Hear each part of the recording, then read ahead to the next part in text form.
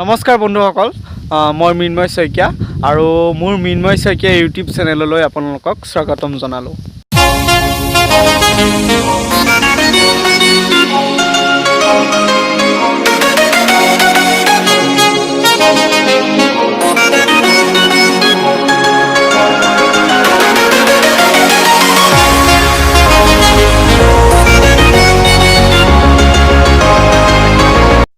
নমস্কাৰ বন্ধুসকল, মই আজি আপোনালোকক কোনো হিষ্টৰিকেল প্লেচৰ বিষয়ে নকওঁ বা ঐতিহাসিক জেগাৰ বিষয়ে নকওঁ। হিষ্টৰিকেল প্লেচ ঐতিহাসিক জেগা একেই বাৰু, মই ইংলিছতো কৈছোঁ, অসমীয়াতো কৈছোঁ। আজি মই আপোনালোকক পথাৰলৈ লৈ যাম। পথাৰত কেনেকৈ ধান কাটে আপোনালোকে চবেই জানে বাৰু ধান কেনেকৈ কাটে, কিন্তু তথাপিও মই আজি আপোনালোকক পথাৰলৈ লৈ যাম। পথাৰৰ ধান কটাৰ কিছু দৃশ্য আপোনালোকক দেখুৱাম। তেন্তে ব'লক দেৰি নকৰি আজি আমি পথাৰলৈ আগবাঢ়োঁ।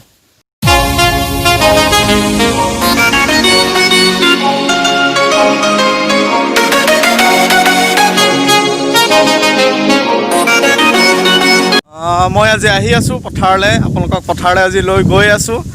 পথাৰৰ ধান কটা দৃশ্য মই আজি আপোনালোকক দেখুৱাম আৰু অলপ দূৰ গ'লে মই পথাৰ পাই যাম আৰু।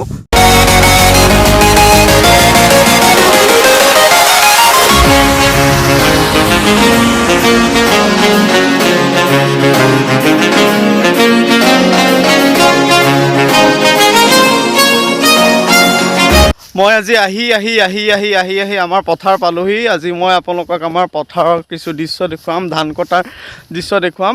এইফালে ধান কাটিয়ে আছে, এইয়া ধান কাটি আছে বাৰু। এয়া মই অলপ গৈ আমাৰ পথাৰ পাম আৰু।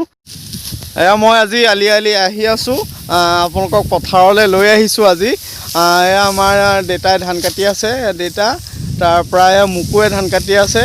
এয়া আঘোণৰ পথাৰত ঘৰলৈ সোণগুটি চপোৱাৰ দিন, আৰু যিহেতু মাঘ বিহুত নতুন চাউলে ভাত খাব লাগিব, সেইকাৰণে এয়া সোনকালে ধান কাটিছে। আৰু সেইকাৰণে মানে এই ধানটো ৰঞ্জিত ধান, সেইকাৰণে এইটো সোনকালে কাটিব লাগে।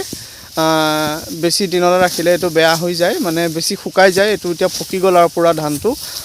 ব'লক আজি আমি আপোনালোকক পথাৰৰ কিছু দৃশ্য দেখুৱাম, ধান কেনেকৈ কাটে সেই দৃশ্য দেখুৱাম। বহুতে জানে বাৰু ধান কেনেকৈ কাটে, কিন্তু যিসকলে নাজানে, নৱপ্ৰজন্মৰ কিছুমানে নাজানিবও পাৰে, জানিবও পাৰে, কিন্তু নজনাসকলে কেনেকৈ ধান কাটে সেয়া আমি দেখুৱাম। আৰু আঘোণৰ পথাৰত ধান কাটি দুপৰীয়া ঘৰৰ পৰা অনা ভাত সাজ খোৱাৰ টেচেই বেলেগ পথাৰত। আৰু মই বাৰু খাইছোঁ, আপোনালোকে খাইছে নাই নাজানো, মোক তলত কমেণ্ট বক্সত জনাব পথাৰত মানে ভাত খাই কেনেকুৱা লাগে। Waste another day, eyes on my display. You say we need a change and I feel that you mean it. You mean it. But you're so right, we're losing track of time, buying things online and it's not like we need them. We don't need them. So can we just slow down? The only thing I'll do is lay here next to you. We need to slow. যোৱাবাৰ আমাৰ ধান খেতি অলপ বেয়া হৈছিলে, আৰু যোৱাবাৰ তুলনাত এবাৰ বহুতেই ভাল হৈছে। আৰু সেয়া আমাৰ দেউতাই ক'ব যোৱাবাৰ কেনেকুৱা হৈছে। দেউতা, যোৱাবাৰ কেনেকুৱা হৈছিলে অকণ কৈ দিয়াচোন।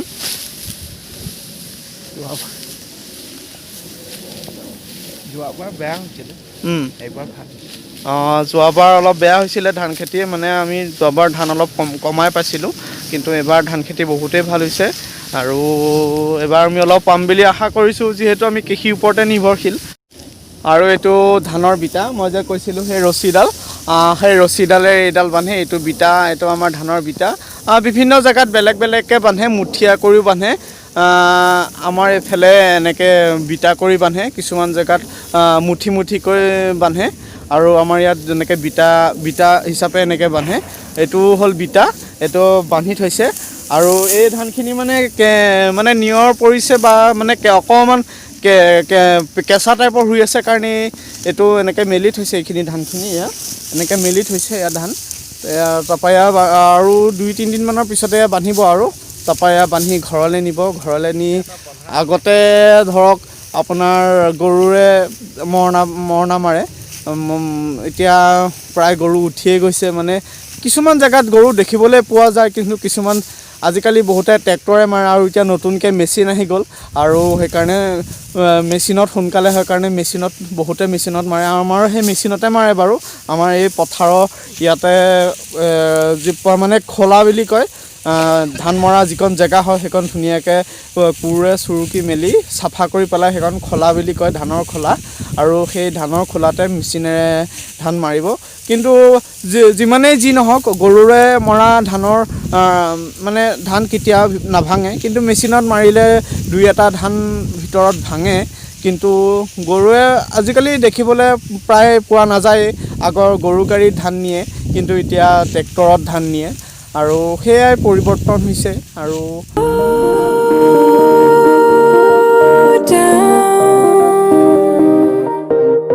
The only thing I'll do is lay here next to you. We need to slow down.